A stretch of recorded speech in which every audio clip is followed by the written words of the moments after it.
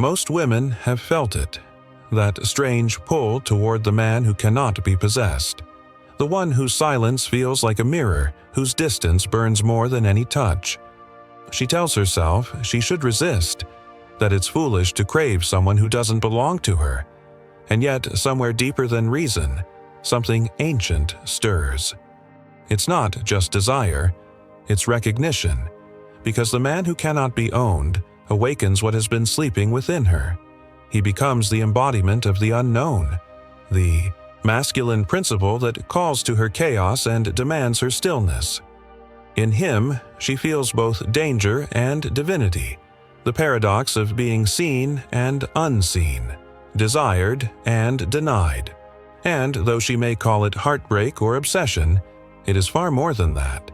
It is the unconscious trying to remember itself through him. Carl Jung wrote that every woman carries within her an inner masculine, the animus, the voice of spirit, logic, and vision. When she encounters a man who embodies that force in flesh, her psyche responds as if meeting its reflection. It's not his beauty or his body that enslaves her. It's what he represents, a mirror of her own unclaimed power. He doesn't belong to her because he was never meant to. He was meant to awaken her. This is why such a man doesn't chase. He stands like a mountain, unmoved by her storms. His restraint is not rejection, but sovereignty, a reminder that masculine energy does not grasp. It observes, it tests, it challenges.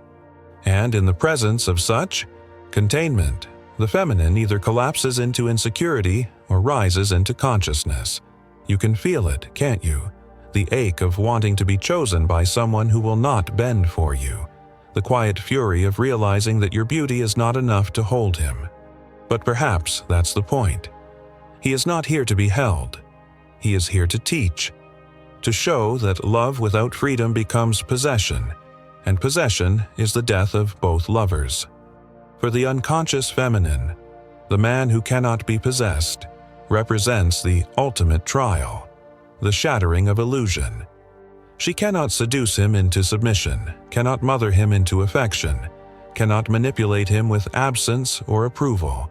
His soul does not bow to hers, and that both enrages and enlightens her, because for the first time she faces herself not as the adored, but as the dependent. She meets the shadow side of her desire, the part that equates being loved with being controlled. Jung said, "Until you make the unconscious conscious, it will direct your life and you will call it fate." And so she calls him fate, the man she cannot have, the one who slips away, the one who wasn't ready. But beneath those stories lies the truth. He was a vessel for her awakening. He showed her where she had abandoned herself, where she still sought salvation in another's gaze. The tragedy is that most women misread this dynamic as rejection, when in fact it's initiation. His unavailability is the fire through which her self-worth must be reborn. To love him without owning him is to reclaim herself. To want him without needing him is to master her own energy, because only when she stops chasing his presence does she discover her own. The feminine spirit was never meant to cage love. It was meant to dance with it, to flow, to expand. But somewhere along the way, fear replaced faith. Fear of loss, fear of abandonment, fear of being unseen.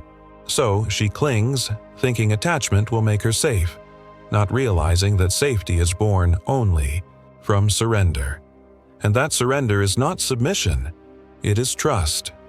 In the Stoic sense, attachment is illusion. Marcus Aurelius wrote, "You have power over your mind, not outside events. Realize this, and you will find strength." The woman drawn to the man she cannot possess is, in truth, being invited to find that strength, to see that the real source of her power was never his attention. It was her awareness. Every time she aches for his validation, she is being asked, "Where have you abandoned your own?" Every time she wonders why he won't choose her, the psyche whispers, "When will you choose yourself?" He becomes the test.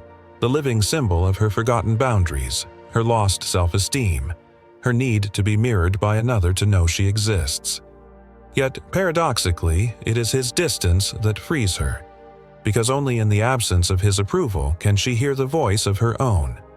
The man who cannot be possessed doesn't reject the feminine. He liberates her from her illusions. He stands as the threshold between her lower self, the one that pleads and performs, and her higher self, the one that radiates and receives. In his silence, she learns the language of presence. In his distance, she learns the gravity of her own energy. And in the ache of not having him, she begins to meet the one she always needed, herself. There comes a moment when she begins to understand that what she mistook for rejection was actually reflection, that the man she cannot possess is not withholding love, but revealing where she has withheld it from herself. His emotional distance mirrors her own inner void, the place where her feminine softness was replaced by fear, control, or the endless hunger to be validated. This realization doesn't arrive gently. It rips through her illusions like lightning across a dark sea, because for so long she believed that love meant merging, dissolving into another until she forgot where she ended and he began. But now, faced with a man who refuses to be absorbed, she confronts the sacred truth that wholeness cannot be borrowed. It must be reclaimed. Jung wrote that the meeting of two personalities is like the contact of two chemical substances. If there is any reaction, both are transformed. In this alchemical encounter, he becomes the catalyst, the masculine flame that burns through her dependency, exposing both her shadow and her strength. She is drawn to him not because he completes her, but because his very elusiveness forces her to see where she is incomplete. You can feel it, the tension between desire and dignity, between wanting to be chosen and choosing yourself. That tension is holy. It is the furnace in which your ego begins to dissolve, because the truth is, the woman who tries to possess love will always end up losing it. But the woman who allows love to move through her, freely, without demand, becomes untouchable. She no longer chases the flame, she becomes the fire. To the unawakened feminine, the unattainable man feels like punishment. To the awakened feminine, he becomes the teacher. His silence is a sermon, his withdrawal a mirror. He shows her that true attraction isn't about proximity, but polarity, the dance between freedom and surrender, between chaos and structure. And when she stops reaching for him, she begins to embody the very mystery that once drew her to him. There is a point in every woman's evolution where she realizes that her deepest attraction is not to the man himself, but to what he represents: self-possession. He doesn't belong to her because he belongs to himself, and that sovereignty is magnetic, not because it promises safety, but because it reflects mastery. Seneca wrote, "He who is brave is free." Freedom terrifies the dependent feminine, yet it also awakens her, because to truly love without owning, she must learn to stand within her own solitude. The man who cannot be possessed doesn't take her freedom away. He invites her to reclaim it. His indifference is not cruelty but invitation, to stop performing for love, to stop negotiating her worth, to stop believing that closeness means control. You see, the more she tries to hold him, the more she feels him slipping through her fingers. Not because he's cruel, but because he refuses to exist in a cage. The masculine essence, when healthy, does not yield to emotional manipulation. It thrives in authenticity, not need. And that is precisely what the feminine, in her evolution, must learn.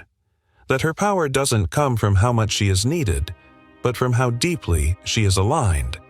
The most magnetic women are those who no longer seek to convince anyone of their worth. They exude an aura of grounded detachment, a softness that doesn't collapse, a love that doesn't beg, because they have walked through the fire of unrequited desire and emerged whole. They have faced the ache of not being chosen and realized that the true wound was never his rejection, but her abandonment of herself. And yet, there is beauty in that pain, because pain is consciousness being born. When she finally stops trying to turn his indifference into affection, she begins to hear a new voice, the animus within her whispering, "I am already complete." That inner masculine rises to meet her feminine, not as a lover, but as a guardian. He steadies her emotions, sharpens her discernment, and reminds her that love is not meant to imprison, but to inspire. The man who cannot be possessed becomes the symbol of her inner marriage, the union of her light and her shadow, her longing and her logic. He is both the dream and the destroyer of illusion. And though she may never touch him in the physical sense, she integrates him in spirit. Because every archetype we chase in others lives within us. One day, she will look back and realize that she didn't lose him. She found herself, that what she once called obsession was actually initiation, and that what she mistook for love was her own soul, asking to be remembered. When you finally stop asking, "Why won't he love me the way I love him?" you'll start asking, "Why did I forget to love myself the way I deserve?" That is when the entire axis of your being shifts, from longing to knowing, from need to grace. The man who cannot be possessed is not the end of love, he is the beginning of wisdom. And yet, even after awakening to this truth, the feminine must pass through another sacred trial, the reconciliation of her own duality, because the part of her that has tasted sovereignty still remembers the sweetness of surrender. She wonders if it is possible to love deeply without losing herself again, if she can open her heart without offering it as a sacrifice. This is where the paradox blooms. To embody the divine feminine is to hold both the softness that yearns and the strength that refuses to beg. She learns that surrender is not submission, it is trust without dependency. She can offer love freely because her identity no longer hinges on how it's received. The man who cannot be possessed taught her this, not through his affection, but through his absence. In Jungian psychology, the integration of the animus marks the transition from emotional reactivity to conscious love. Before that, she was ruled by projections, seeing in men what she had not yet claimed within herself. Every emotionally unavailable man represented her unacknowledged power. Every rejection echoed her own self-denial. But now, as she begins to merge with her inner masculine, she becomes what she once sought. She no longer needs him to hold space for her because she has learned to hold it herself. You see, the masculine within her was never missing. It was merely disowned. It waited patiently beneath layers of conditioning, beneath the stories that told her she was only worthy when desired. The unattainable man simply activated what was dormant, the voice of discipline, focus, and purpose. And through the ache of separation, she learned self-command. Most people mistake this stage for emotional numbness, but it's not detachment. It's discernment. It's the quiet power of someone who has walked through chaos and found peace not in control, but in acceptance. She still feels deeply, but now her feelings serve her rather than enslave her. She has learned that love is not a transaction, it is a reflection. Whatever she gives, she already contains. Epictetus once said, "Wealth consists not in having great possessions, but in having few wants." The same applies to love. The woman who no longer clings radiates an abundance that cannot be faked. Because she is no longer chasing completion, she becomes irresistible in her completeness. She no longer wants to possess him. She wants to understand him. She no longer needs him to fill her emptiness. She wishes to share her fullness. And that shift changes everything. The man who once eluded her begins to sense something unfamiliar. Her energy no longer binds him. It liberates him. She is no longer the pursuer, but the mirror. Her gaze no longer demands, it invites. Her silence no longer wounds, it commands. Because now, She doesn't just love with her emotions, she loves with her presence. This is the essence of what Jung called individuation, the process by which the soul becomes whole.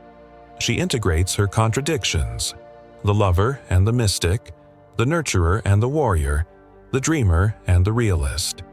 The man who could not be possessed becomes an inner symbol of her spiritual evolution, the threshold between unconscious desire and conscious creation. You can sense the transformation. The once frantic energy softens into stillness. The restless craving becomes peace. She no longer asks, "Why doesn't he want me?" She asks, "Why did I believe I needed to be wanted to feel alive?" And in that question, she rediscovers the sacred feminine truth that she was never meant to be owned or abandoned, only to awaken. In this state, even if he returns, she is different. Her love no longer bends toward approval. Her heart no longer fears rejection, because she has met the deepest masculine within her, the part that says, "I am enough." And so, his presence or absence ceases to define her. She now embodies what once terrified her: freedom. The same freedom that made him untouchable now flows through her veins. She has become the mirror of the man she once longed for, sovereign, grounded, ungovernable. And, ironically, that is the moment he finally sees her. Because the energy of need repels, but the energy of wholeness attracts. Yet this story is not about him anymore. It never was. He was merely the symbol through which she encountered herself. The lesson was not how to keep him, but how to keep her own soul intact amidst the ache of desire. And so, she smiles. Not in triumph, but in peace. The game is over. The lesson is learned. What once felt like heartbreak now feels like initiation. The man who could not be possessed was never her punishment. He was her portal. He showed her that love without freedom is a cage, and freedom without love is emptiness. Now she knows how to hold both, to love fiercely without clutching, to stand open without fear, to walk away without bitterness. And in that paradox lies her liberation. There is a particular stillness that comes after the storm of awakening, a silence that hums with wisdom rather than absence. She moves through the world differently now. Her presence no longer asks for attention. It commands it. Her energy, once scattered in the pursuit of validation, has gathered into a quiet gravity that draws only what resonates. The feminine who has danced with the unattainable learns that love is not meant to be a battlefield, but a mirror. Every pursuit, every rejection, every ache was a conversation with her own unconscious. The man who could not be possessed was only ever playing a role in her inner theater, a role written by her longing to be seen and directed by her fear of disappearing. When that play ends, she stands before the empty stage and realizes something profound. The love she was searching for was always her own. It's a revelation that humbles and empowers at once, because it exposes the way she once confused intensity with intimacy, passion with presence. She mistook his emotional elusiveness for depth, when in truth it was her projection that gave him mystery. What she was really drawn to was not his distance, but her own imagination, the way her mind could turn uncertainty into meaning. And yet, that illusion was not in vain, because through it, she learned the anatomy of her own psyche. She began to see the child in her who equated love with pursuit, who feared stillness because it mirrored neglect. Every unanswered message, every cold glance, every vanishing act reawakened that forgotten pain. But this time, she stayed with it. She did not run. She did not beg.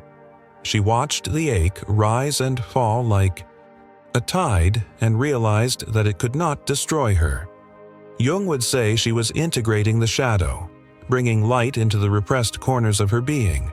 Her shadow was not darkness in the moral sense, but unacknowledged need, the hunger to be chosen, the addiction to the chase, the fear of insignificance, all fragments of her unloved self. When she stopped projecting those fragments onto him, she could finally embrace them within. This is the true meaning of inner alchemy: to transmute longing into wisdom, desire into discernment, attachment into grace. The man who cannot be possessed is the fire that refines her, the external force that burns away everything false, and what remains after the burning is purity. Not purity as virtue, but purity as truth, the state of being untouched by illusion. You can feel the shift inside her. The same woman who once analyzed every word he said now listens to the whispers of her own intuition. The same one who lost sleep wondering if she was enough now rests easily in her own presence. Her power no longer comes from being desired, but from being at peace with herself. It's not that she no longer loves; she loves more deeply than ever. But her love has matured. It is no longer an act of possession, but of reverence. She sees men not as saviors or threats, but as mirrors of consciousness, each one reflecting a part of her own evolution. She no longer falls for potential, because she now lives in actuality. She no longer chases intensity, because she has learned to find ecstasy in peace.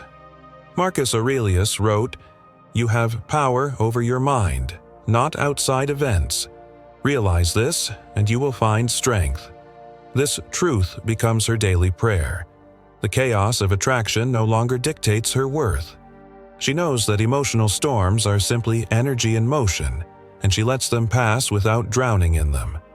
Where once she would have begged for answers, she now simply breathes, because she understands that silence is often the language of the soul. And in that silence, something miraculous happens.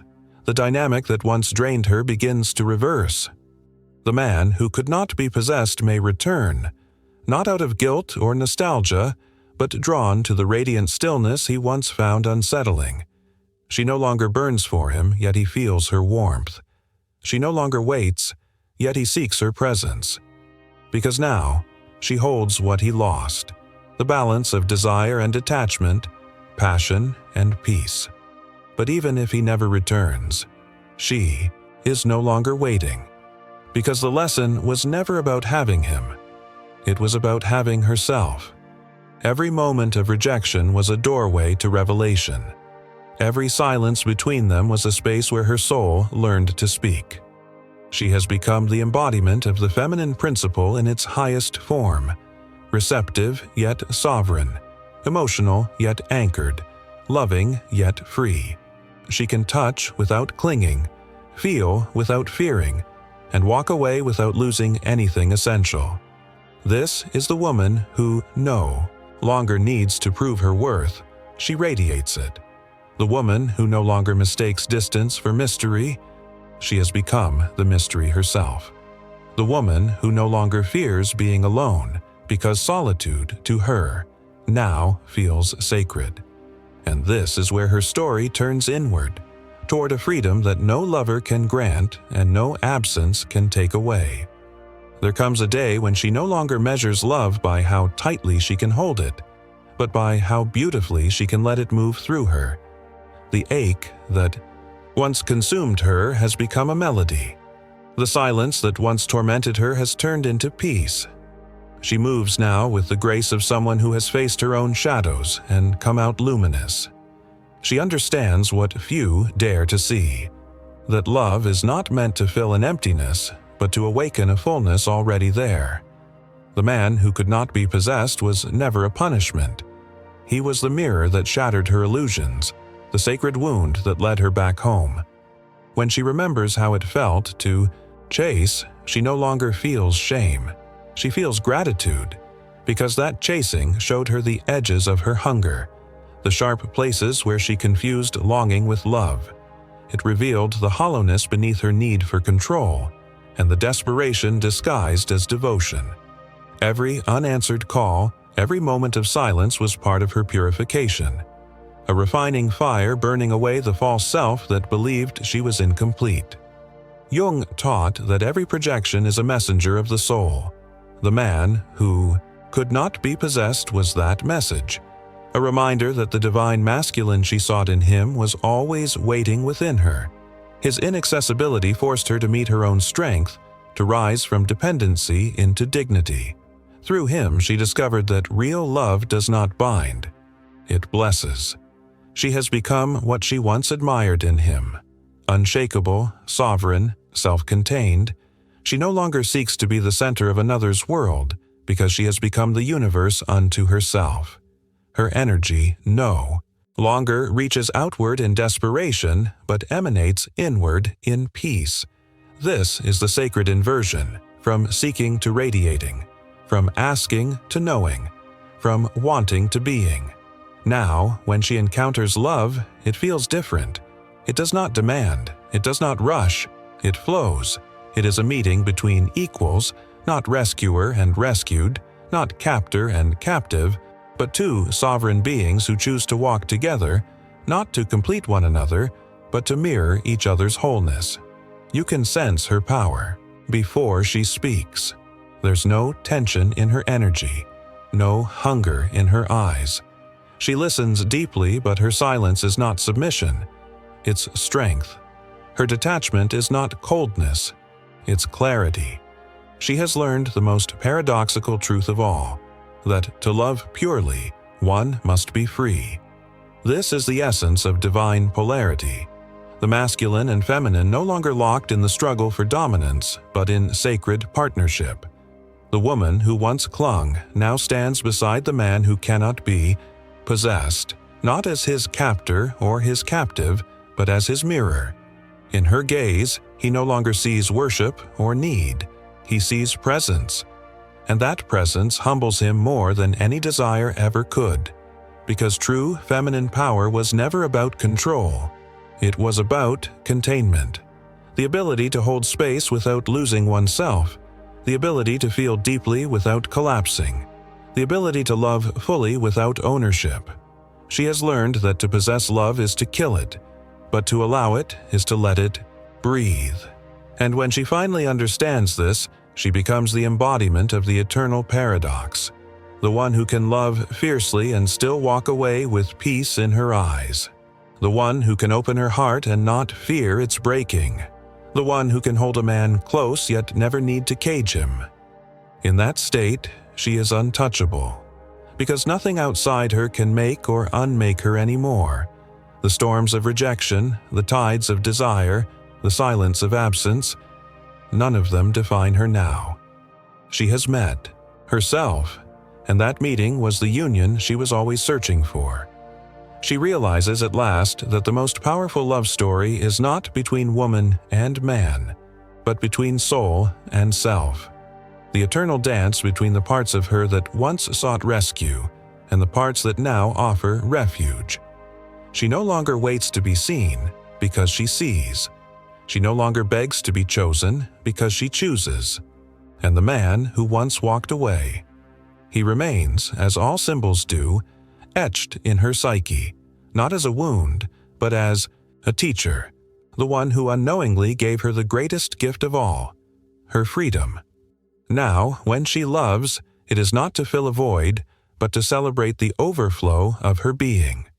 She knows that real intimacy begins when ownership ends, that love, to be divine, must remain untamed. So she walks through the world radiant, mysterious, ungovernable, a woman who has learned that attachment is not devotion, and possession is not passion. Her love is now like the wind, invisible yet undeniable, present yet uncontained. She has become what he could never give her, the embodiment of both desire and detachment, the living paradox that makes love sacred again. And when others look into her eyes, they feel it, the quiet knowing of a woman who has mastered herself. The woman who knows her worth doesn't chase, she chooses.